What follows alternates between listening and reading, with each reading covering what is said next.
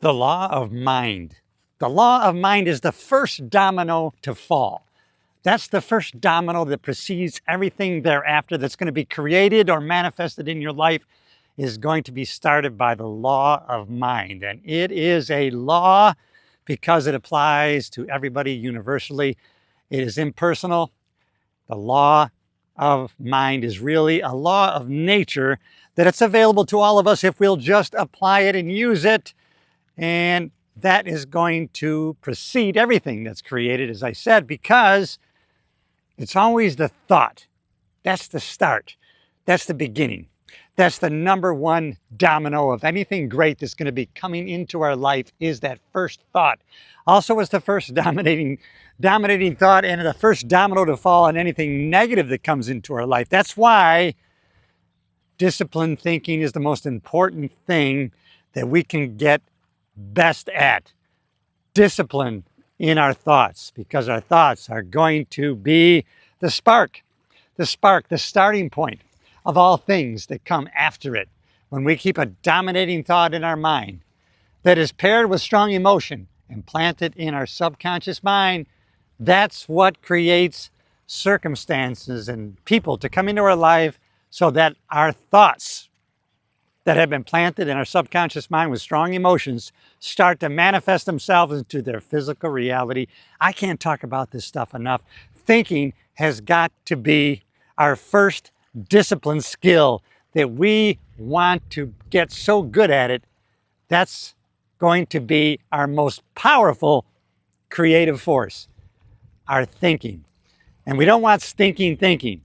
We want good thoughts that we create on purpose, with intention, and we're going to be disciplined in how we think. As a matter of fact, today I'm walking and talking on my island here in the Thousand Islands region of upstate New York because I learned a while ago, just from reading and learning from other people's experiences, that some of the great philosophers in life, they had their best thoughts, their best ideas when they were walking and thinking, walking and getting thoughts. Being out in nature, I think, probably has a big impetus in us getting great thoughts that are coming from the ether. Out there in the air, thoughts are out there, ideas are out there, nothing is created or destroyed, it just is. We just need to discover it.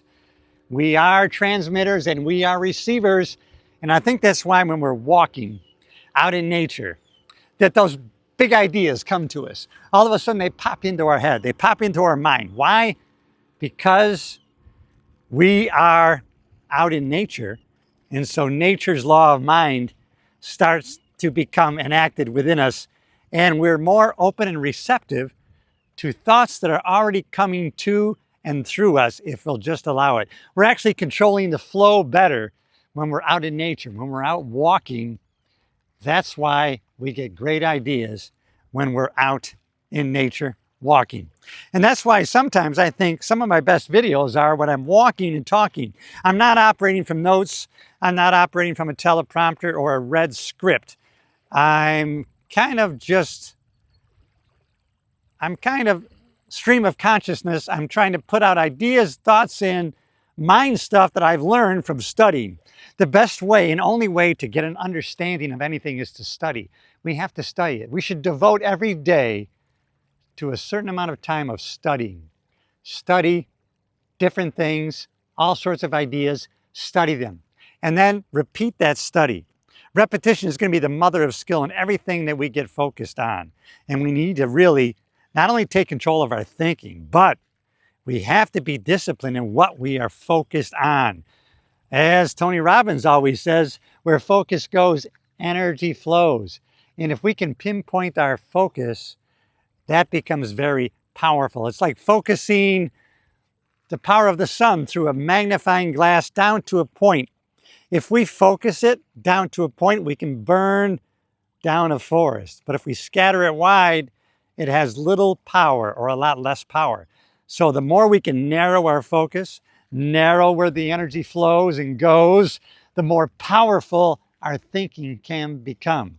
This is powerful stuff. I mean, it's a God-given choice that's been given to us that we can choose our own thoughts and the meaning that we give to those thoughts. The greatest gift that God gave us is the ability and the freedom to choose good versus evil, ill versus health, weakness versus strength. Yes, and all those things start with thinking. It's been proven. I often talk about that Harvard study, right, where those medical students were so focused on the diseases that they were studying. They were so focused and visualizing the disease and the symptoms, they developed those symptoms in their own bodies and they didn't even have the disease. But the power of the mind over our cells and what we experience is so powerful that they were able to reproduce the symptoms of the diseases they were studying because their minds were focused on that. That's proof enough for us to make sure that we are disciplined and intentional with our thoughts. Isn't it amazing that we were given the gift of dominion and authority over our thoughts? We are the king and queen, if you will, of our thoughts. We have the ability and the power, the self-empowerment to choose our thoughts. What we decide to think about, it's going to be the first domino of anything that's created or manifested in our lives. We never just build a house and then we say, oh, wow, let me think about this. I just built a house. No, we think about building a house, then we create architectural plans, and then we set things in motion to make sure that that house is manifested and created in its physical reality, coming originally from the first thought of that house. But you know what happens when we have that thought about building that house is? The most powerful thing we can do is then to take immediate action in some way. Maybe it's just to create a vision board. Maybe it is just to take some pictures of the house that we want to create so that we are constantly looking at those pictures and we're creating that image to be dominating. See, it's not fleeting thoughts that are going to take power in our life. It's going to be the dominating thoughts that's married with strong emotion and feelings. Those are the thoughts that are going to get planted in our subconscious mind. The most powerful force that we have and been given authority and dominion over is our thoughts and our subconscious mind. And we have to remember that our conscious mind has the ability to accept or reject. Accept or reject. The subconscious does not. That's why we have to be careful what we put into that subconscious mind. Let's do it with intention. Choose our thoughts wisely. We have been given dominion and authority over the power of thoughts, and we can choose what we think and the meaning that we give to our thoughts. Those two things, what we think and the meaning we give to them, are going to create motions, and it's going to create a vibration. And it's vibration that preceded the law of attraction. First came the law of vibration, then came the law of attraction. What we attract to ourselves is based on our vibration that we caused and created by our thinking and the meaning that we gave to those thoughts. And so those powerful things that we have available to us have to be chosen. They're not going to happen automatically.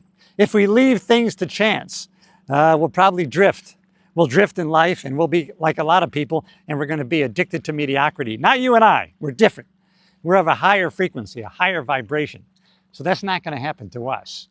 And so I appreciate that you are collaborating with me in how we think, that we are creating that first domino of what we create in our lives. And that first domino is the law of mind. What we think about is what we become. Just to think about that great recording in the 1960s by Earl Nightingale, we become what we think about all day long. That's so true. Let's be disciplined in our thoughts. We have the power to choose. We have dominion and authority over our thoughts. And so let's do it on purpose, with enthusiasm. And you know what that'll allow us to do? Have a positive impact on other people. There's no greater joy, I think, in life than having a positive impact on somebody else. You got this. Keep the faith. I love the definition of faith that Bob Proctor talked about. He said that faith is the ability to see the invisible, believe in the incredible, which will allow us to receive what the masses call the impossible. But we're not going to be part of the masses. We're of a higher frequency. We were given the higher faculties of life. Yeah, every animal has those same senses that we have, right? The ability to see, hear, smell, taste, and touch. But we were given the power of an upside down life. From up to bottom. Most people live from bottom to up. They start with the physical, their environment, the consequences of what's happening around them. That's how they think. Now you and I, we start upside down, up. We start spiritual, above what is seen, seeing the invisible, believing in the incredible, so that we can allow to come into our lives what the masses call the impossible. Oh man, I'll tell you what, I'm glad I took this walk and talk with you today. If this resonates with you in any way, leave me a comment. Please subscribe if you haven't already, and share this with somebody you may think needs to hear it. All right, everybody, I will see you in the next video. The law of mind. That's the first domino of everything we create in our life.